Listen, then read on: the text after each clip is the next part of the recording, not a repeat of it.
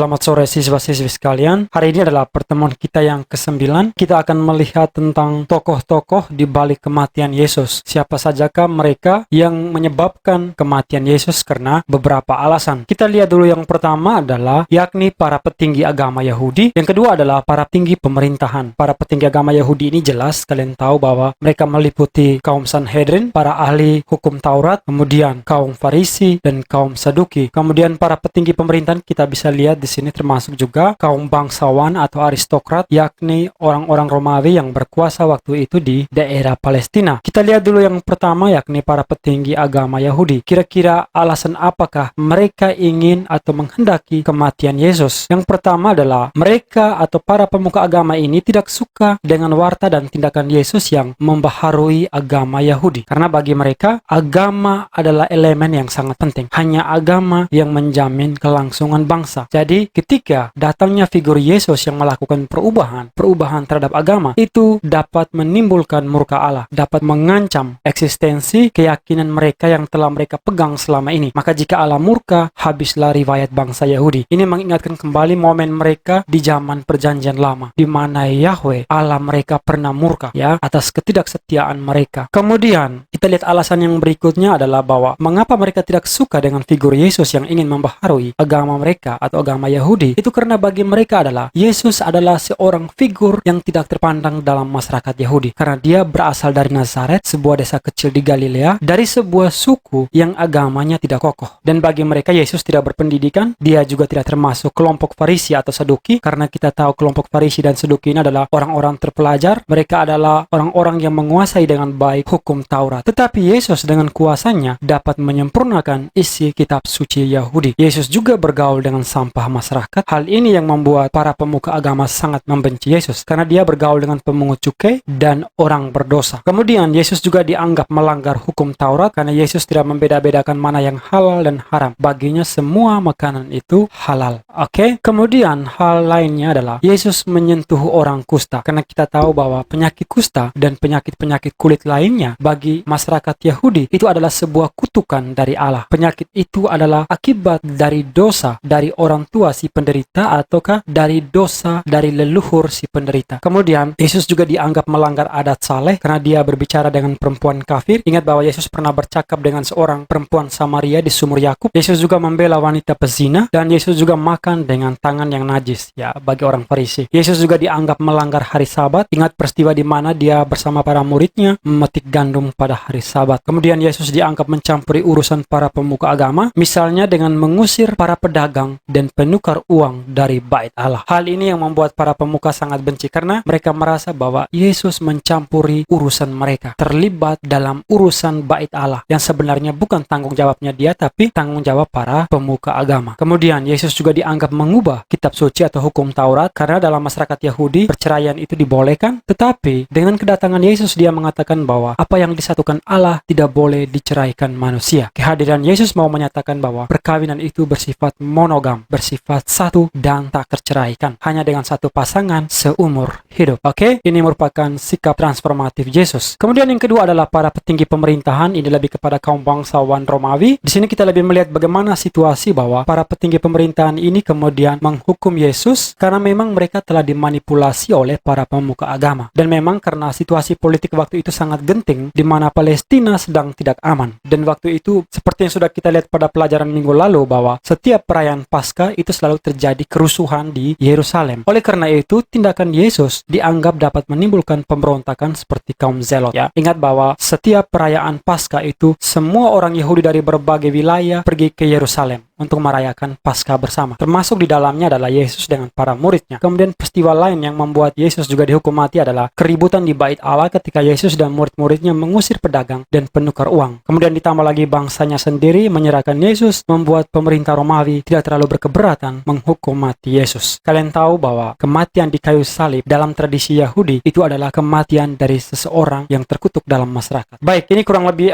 dua tokoh atau figur yang melatar belakangi kematian Yesus. Oke, baik. Hari ini sampai di sini, dan sebagai penutup ada penugasan. Saya meminta kalian untuk meringkas isi bacaan dari perikop-perikop berikut ini. Jadi kalian membaca perikop-perikop di bawah ini, Lukas bab 22 ayat 39 sampai 53, Lukas 22 54 71, Lukas 23 1 sampai 25, Lukas 23 26 sampai 56. Kalian membaca terlebih dahulu, setelah itu menulis kembali secara ringkas apa yang kalian pahami dari bacaan ini. Kira-kira bacaan ini mengisahkan tentang apa. Oke, pertemuan hari ini sampai di sini, dan terima kasih telah berpartisipasi dalam video pembelajaran kita. Sekian dan terima kasih.